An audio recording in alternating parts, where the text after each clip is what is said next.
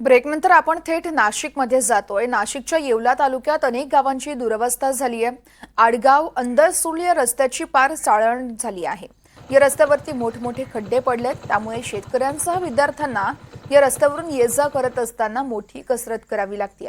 गेल्या 15 ते 20 वर्षांपासून रस्त्याची अशीच दयनीय अवस्था असल्याचं स्थानिक शेतकरी सांगतायत। तरी संबंधित प्रशासनानं त्वरित हा रस्ता करून द्यावा अशी मागणी सध्या जोर धरू लागली आहे। तर या रस्त्याची अशी दयनीय परिस्थिती आहे का जर एखादा पेशंट आहे, समजा एखादी गर्भवती स्त्री आहे किंवा अजून एखादा मेजर प्रॉब्लेम आहे, त्याला जर जायचं ठरलं तर तो दवाखान्यापेक्षा तो इथंच या खड्ड्यांमध्येच त्याचा काही प्रॉब्लेम आहे का काय अशी परिस्थिती झालेली।